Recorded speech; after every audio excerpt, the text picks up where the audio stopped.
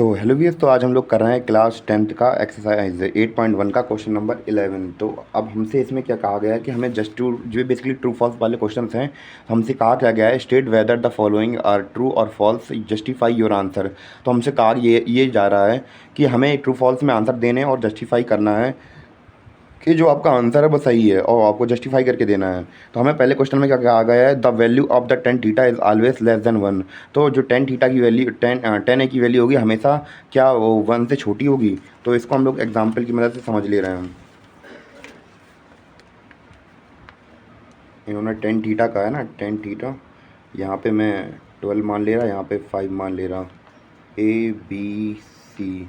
तो अब tan theta का है ना, टेन थीटा का फॉर्मूला क्या होता है, टेन ए का फॉर्मूला होता है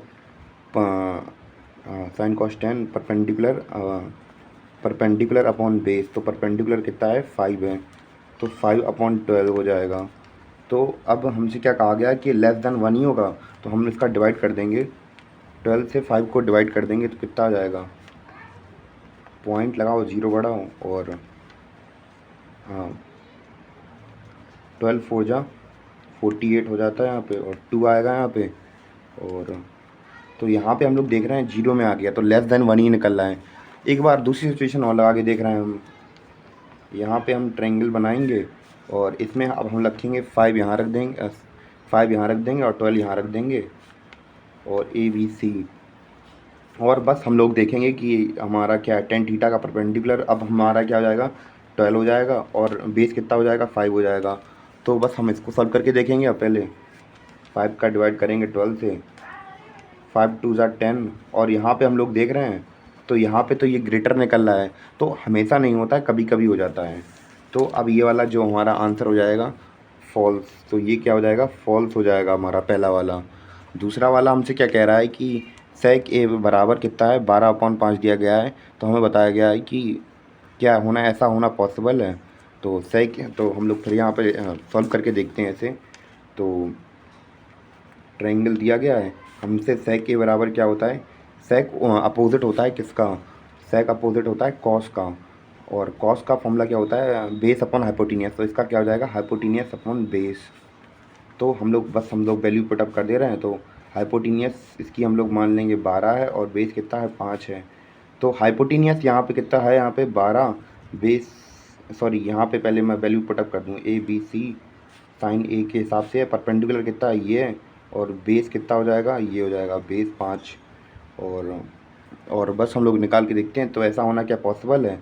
तो अब हम लोग देख रहे हैं तो हाँ पॉसिबल है, क्योंकि ये बेस से तो बड़ा ही आ रहा है हाइपोटेन्यूज, और जब हम इसको पूरा सॉल्व भी कर देंगे तो जो वैल्यू निकल के आएगी तो उससे भी बड़ा हो जाएगा, क्योंकि हमें पता है कि जो बेस की और परपेंडिकुलर की दोनों वैल्यू होती है उनसे बड़ा होता है हाइपोटेन्यूज। तो इस वजह से हम लोग इसको क्या मान लेंगे, जो ऐसा होना पॉसिबल है। तो सेक की जगह पे अगर हम लोग 12/5 भी रखेंगे तो ऐसा होना पॉसिबल है हमारे लिए। हम लोग कॉस थर्ड देखते हैं। तो थर्ड में क्या कहा गया है कि cos is abbreviation used for the constant. नहीं, तो ऐसा नहीं होता है, तो ये फॉल्स हो जाएगा, ये ऐसा नहीं होता है। चौथा क्वेश्चन देख रहे हैं तो क्योंकि कॉसेंट नहीं होता है उसका। और चौथा क्वेश्चन क्या कह रहा है, cot is the product of cot and A. तो हमसे ये कह रहा है कि कॉट और ए क्या होता है, प्रोडक्ट होते हैं, तो ऐसा नहीं होता है। तो इसकी जगह पे हम लोग आंसर क्या लिख देंगे, cot A is a single term. तो कॉट ए क्या है, एक सिंगल टर्म है, ना कि अलग अलग टर्म्स हैं, हम इनको मल्टीप्लाई नहीं करते हैं। और लास्ट में हमसे क्या कहा जा रहा है कि साइन थीटा बराबर 4/3 फॉर सम एंगल थीटा। तो अब हमसे क्या कहा गया है कि क्या ये 4/3 वैल्यू दी गई है, तो क्या ऐसा होना पॉसिबल है, हम लोग देखते हैं करके। तो साइन थीटा का फॉर्मूला क्या होता है, परपेंडिकुलर अपॉन हाइपोटीनियस। परपेंडिकुलर कितना है, 4 है, हाइपोटीनियस कितना है, 3 है। तो हमें पता है कि जो हाइपोटीनियस होता है वो हमेशा ही बड़ा होता है किससे, परपेंडिकुलर और बेस दोनों की वैल्यू से। तो यहाँ पे ये हाइपोटीनियस छोटा दिखा दिया, तो इस वजह से ये क्या हो जाएगा हमारा, ये पाँचवा वाला हमारा हो जाएगा फॉल्स। तो उम्मीद कर रहा हूँ आपको सवाल समझ में आया हो, नहीं तो आप लोग कमेंट करके बता सकते हैं मुझे।